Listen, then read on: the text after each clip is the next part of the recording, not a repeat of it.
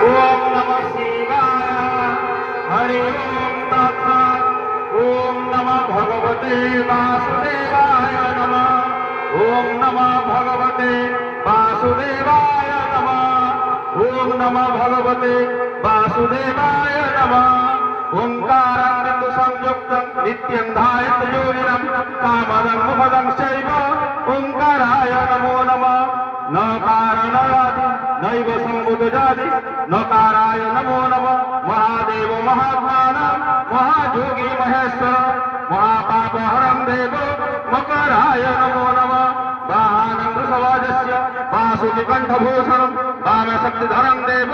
मकराय नमो नमः। ध्यायेन् नित्यं मनसरजतं चारुचन्द्रं वदंसं रत्नाकपुञ्जमुपरसो मृगाभिर्भिद्यतं प्रसन्नं पद्मासीनं समस्तं स्तुतिमर्हणैः व्याघ्रकृतिवसानं विश्वादं विश्वबीजं निखिलभवभयहरं पञ्चवक्त्रं त्रिनेत्रम्। ओम श्री शिवाय नमस्तुभ्यं। ओम नमः शिवाय नमः। ओम गणेशपुत्राय नमः। ओम कार्तिकादि। ओम पार्वतीपति। ओम जुगे जुगेश्वर महादेवाय नीलकंठाय ओम नमः शिवाय।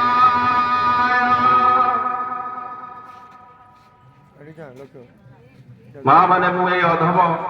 आपण मान ग्रामर भाई बा नना जी जमी प्रकार मत आपण मैंने मन करुवे मो ये अधम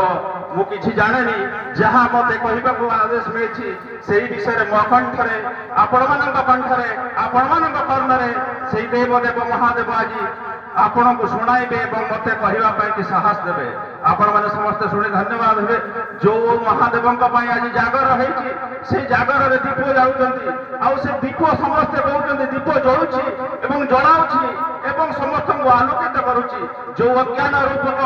ज्ञान रूपक आलोक देखाए आम दीप रूप में जाली था से दीपर आज जागर से महादीप रूप में आम मैंने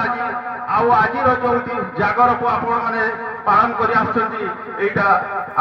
कर बहुत भाग्य भाग्य थी कर्म ये कर्म आपण मान किसी ज्ञान पाइबे से ज्ञान बल आपण मैंने भक्ति करेंगे से ज्ञान कर्म भक्ति से तन मन बुद्धि आपण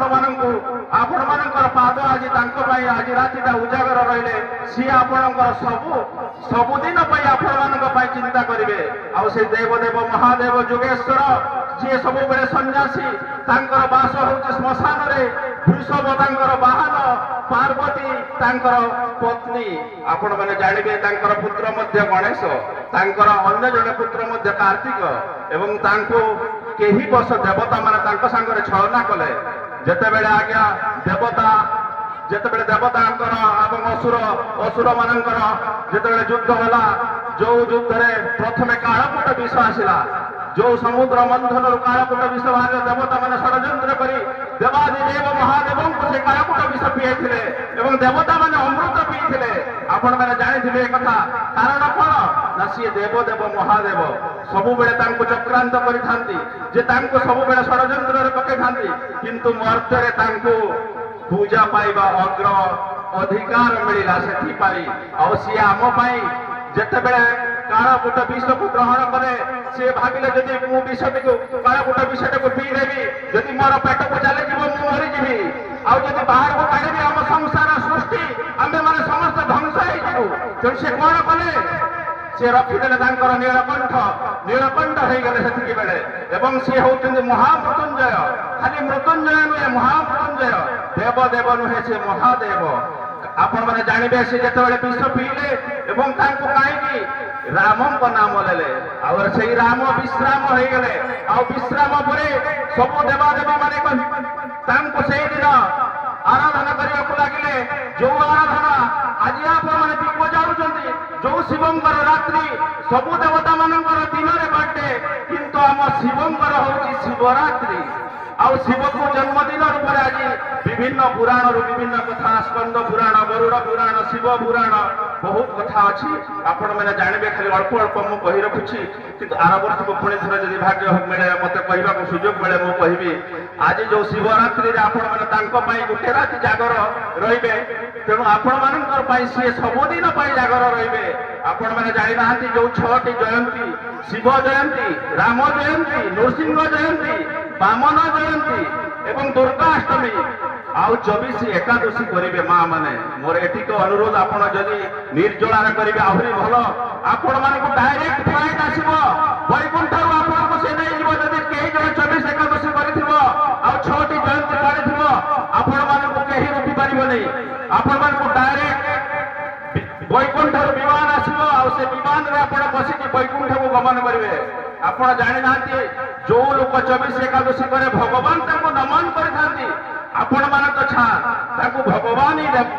ଦେବତା ମାନେ ଦେଇ ଦେବତା ମାନବ ମାନେ ମାନି ମାନବ ଦାନବ ମାନେ କଣ ନା ମାନବରେ ଯିବେ ନା ଦେବତାରେ ଯିବେ ତେଣୁ ଏ 3 ଜଣଙ୍କ ଭିତରେ ଝଗଡା ହେଲା କିଏ ବଡ କିଏ କଣ ମାନବ କହିଲେ ଆମେ ବଡ ଦାନବ କହିଲେ ଆମେ ବଡ ରାକ୍ଷସ ମାନେ କହିଲେ ଆମେ ବଡ ଦେବତା କହିଲେ ଆମେ ବଡ ସବୁଠୁ ବଡ କିଏ ଆଜି ଯାହା ପାଇଁ ଜାଗର କରୁଛନ୍ତି 6ଟି ଜୟନ୍ତୀ ଭିତରୁ ଶିବଙ୍କର ଯୋଉ ରାତ୍ରି ସେଇ ରାତ୍ରିଟା ପ୍ରଥମ ଆପଣ ମାନେ କିଛି ନହେଲେ ସମସ୍ତେ ଆମ ଗ୍ରାମରେ ଏତେ ଲୋକ ପୁରୁଷ ସ୍ତ୍ରୀ କୋଉ କିଏ ଘର ଶୋଇଗଲାନି କିନ୍ତୁ ଆଜି ଦିନ ତାଙ୍କ ପାଇଁ ସମସ୍ତେ ଆଜ୍ଞା ଉଜାଗର ଯଦି ରହିବେ ଆପଣମାନଙ୍କ ପାଇଁ ସେ ସବୁଦିନ ପାଇଁ ଉଜାଗର ହେଇକି ରହିବେ ଆପଣଙ୍କ ବାଧା ଯାହା ବି ଆସୁଛି ଯାହା ଦୁଃଖ ରୂପକ ଆସୁଛି ଆପଣମାନଙ୍କୁ ସିଏ ରକ୍ଷା କରିବେ ଆପଣମାନେ ମା ମାନେ ଯଦି ଆପଣଙ୍କର ପିଲା ଆପଣଙ୍କର ସ୍ୱାମୀକୁ ଆପଣମାନେ ଯଦି କହିବେ ନା ଚାଲ ଆଜି ଆମେ ସବୁଦିନ ଆମେ ଜାଗରରେ ଜାଗର ପାଇଁ ଆମେ ଆଜି ପୁରା ଉଜାଗର ହେଇଯିବା ଦୀପ ଜାଳିବା କିଛି ନହେଲେ ଇଏ ଆଶୁତୋଷ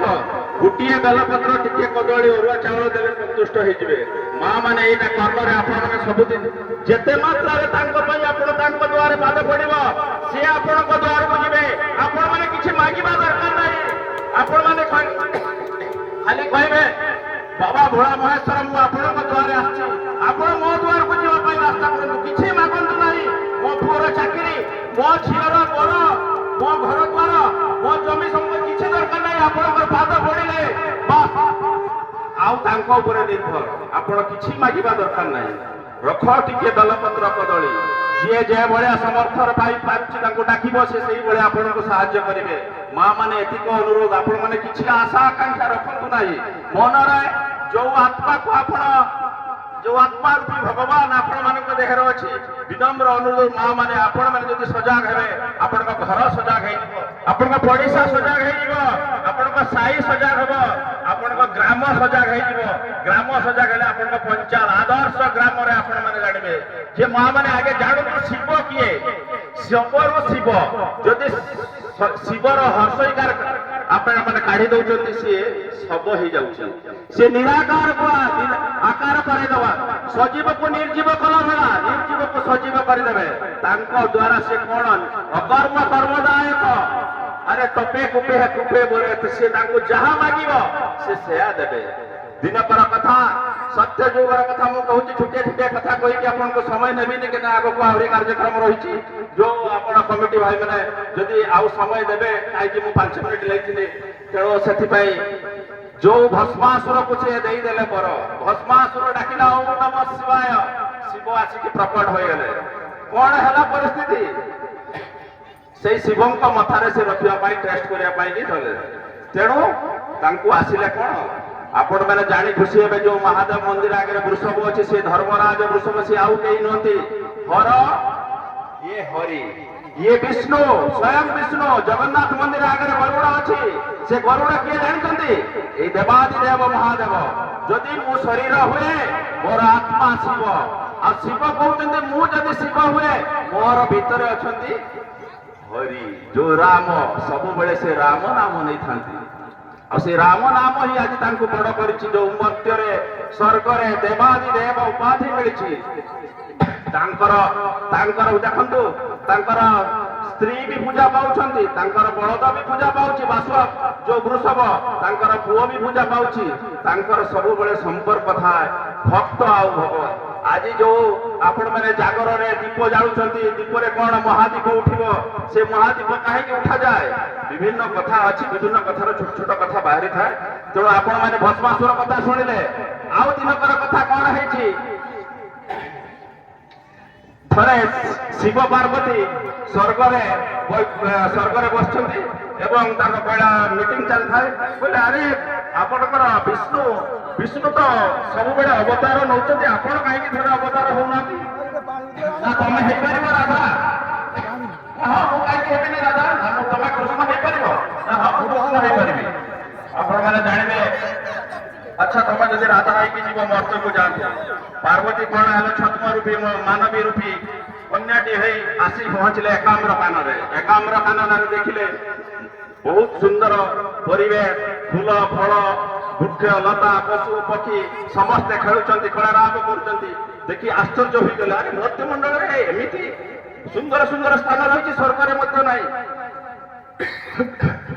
ତେଣୁ ସେ ଦେଖି ଆଶ୍ଚର୍ଯ୍ୟ ହେଇଗଲେ। ଏକାମ୍ର କାନନରେ ସେ ମାନବ ରୂପୀ ପାର୍ବତୀ ଆଜି ଆସି ପହଞ୍ଚିଗଲେ। ଏକାମ୍ର କ୍ଷେତ୍ର ଜାଣିଛନ୍ତି? ଭୁବନେଶ୍ୱରରେ ଯୋଉ ଏକାମ୍ର ନଗରୀ, ସେଇଟାରେ ସେ ପହଞ୍ଚି ଦେଖିଲେ ଯୋଉ ସୁନ୍ଦର ସୁନ୍ଦର ବଗିଚାରେ ସୁନ୍ଦର ସୁନ୍ଦର ଫୁଲ ଫୁଟିଥାଏ ଏବଂ ସେ ଦେଖି ଆଶ୍ଚର୍ଯ୍ୟ ହୋଇଗଲେ। ତାଙ୍କୁ ଦେଖି ଦେଖି କିଛି ସମୟ ସେ ଉପଭୋଗ କଲା ପରେ ଦେଖିଲେ କୀର୍ତ୍ତି ଏବଂ ବାସୁ ନାମକ ଦୁଇଟି ଅସୁର ପଶି ଆସିଲେ। ତାଙ୍କୁ ଦେଖି ସେମାନେ କଣ ହେଲେ, ସବୁ ପଶୁ ପକ୍ଷୀ ସେମାନେ ସବୁ ଉଡ଼ି ପଳାଇଲେ। ପାର୍ବତୀ ଦେଖି ଆଶ୍ଚର୍ଯ୍ୟ ହେଲେ, କାହିଁକି ଏମିତି ହେଲା? ତେଣୁ ସେ ଏଇଭଳିଆ ଦେଖି ସେ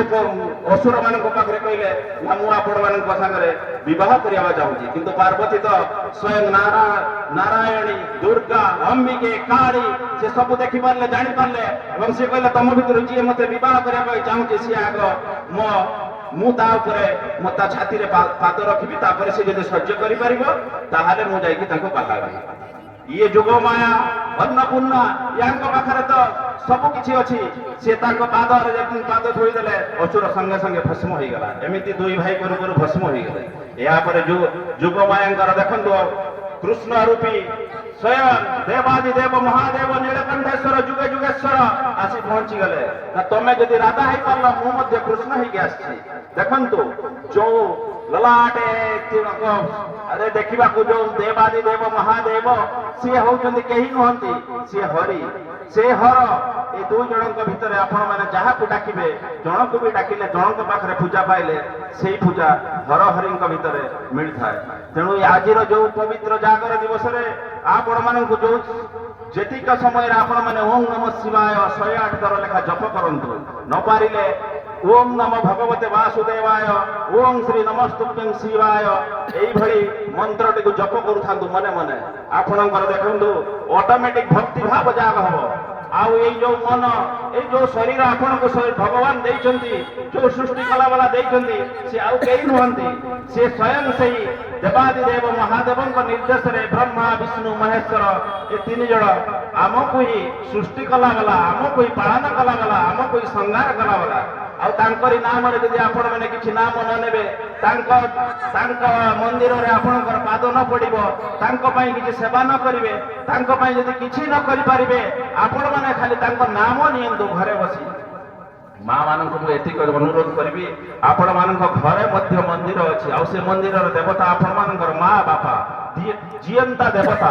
ତାଙ୍କୁ ପ୍ରଥମେ ମୁଣ୍ଡିଆ ମାରିବା। ଆଜ୍ଞା ଆମର ଭାଗବତ କହୁଛି ନମଇ ନୃସିଂହ ଚରଣ ଅନାଦି ପରମ କାରଣ। ସମସ୍ତଙ୍କୁ ଆଜ୍ଞା ନଇଁ ପଡନ୍ତୁ, ନମସ୍କାର କରନ୍ତୁ। ଲୀଳା ବିବୃତ କଳେବର ଦେବତା ମାନବ ଅଗୋଚର। ଆପଣ ମାନଙ୍କର ଯୋଉ ଲୀଳା, ଭଗବାନ ସବୁବେଳେ ଭକ୍ତଙ୍କ କଥା ଶୁଣିଥାଏ। ଭକ୍ତଙ୍କ ଆଗରେ ଭଗବାନ ସବୁ କ୍ଷେତ୍ରରେ ଆପଣ ଦେଖନ୍ତୁ, ଭକ୍ତଙ୍କ ପାଇଁ ଭଗବାନ, ଭଗବାନଙ୍କ ପାଇଁ ଭକ୍ତ ନୁହେଁ।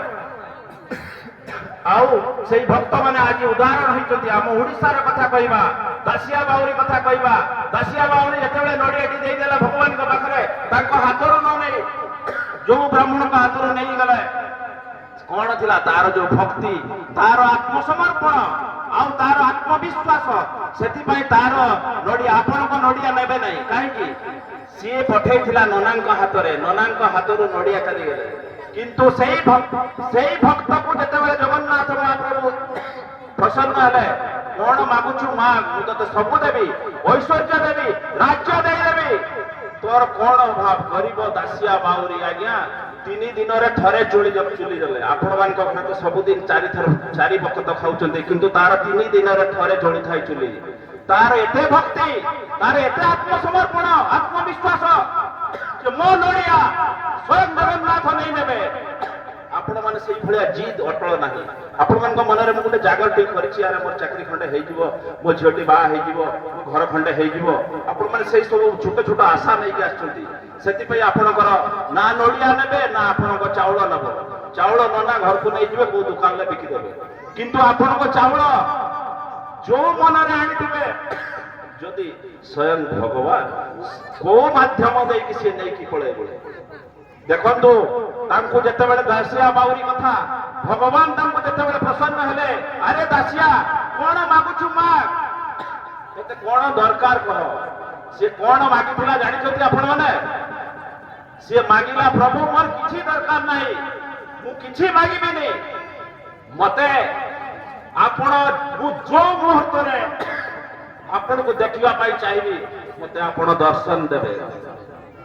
बोलो सियाराम की जय ओम नमः शिवाय ओम नमः शिवाय भाई तू कैसे जाई बसी हलो कोई नहीं आहुरी अनेक भक्तों कथा यदि आपण माने टिके टिके सुनिबे आपण मन मन पवित्र हबो कर्ण पवित्र हबो आपण शरीर पवित्र हबो आ आपणकर मन यदि पवित्र आत्मा यदि पवित्र ଆପଣଙ୍କୁ କିଛି ଆପଣଙ୍କର ଅଟୋମେଟିକ ଜ୍ଞାନ ଆସିବ ଜ୍ଞାନ ଉଦୟ ହେବ हर बुध का कारण तो मतलब ना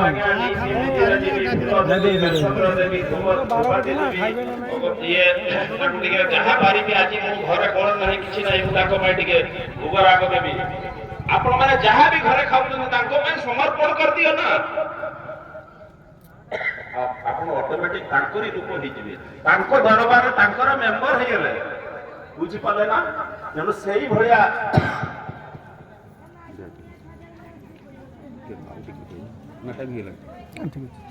क्या हो ठीक अच्छे मुझे कहीदेमी ना आहरी 10 मिनिट चलू मुझे अच्छी कहीदेमी माँ माने आउ रेकर्डिंग करी कि माँ माने आपण मानको जो कथा गुड़ाक केमिति लागुछ मु तो कहि परिबिनी यदि दुई रकम ताली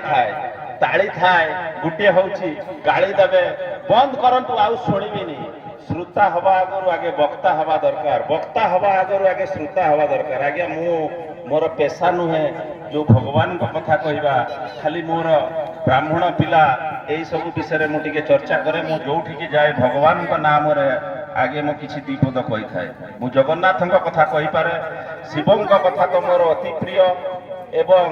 जो रामं को कथा एबे जो रामं को कथा रामं को पई आज सब आपण सत्य युग रे द्वापर त्रेतया कली युग रे कोन नाम नबा कहार नाम नबा हरे राम हरे कृष्ण ये किए आपण माने जानी खुशी बे जो रामंकर मंदिर आज हेई पारिछि हम से कहा पाई हेई पार आमरी मानकर जो राम भक्त केते अछंती से तो श्रेय नेबे जो माननीय प्रधानमंत्री से कथा मु कहबिनी काहे राजनीति कथा जानिबो जो आमर हिंदू धर्म सनातन आज आम ग्राम रे ग्रामवासी केही जण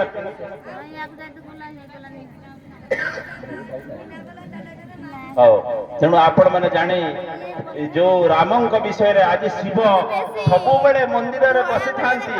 जुगी जुगेश्वर से रामं को ही जप करि थांती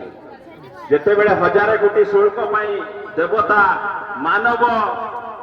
राक्षस समस्तंक भितरे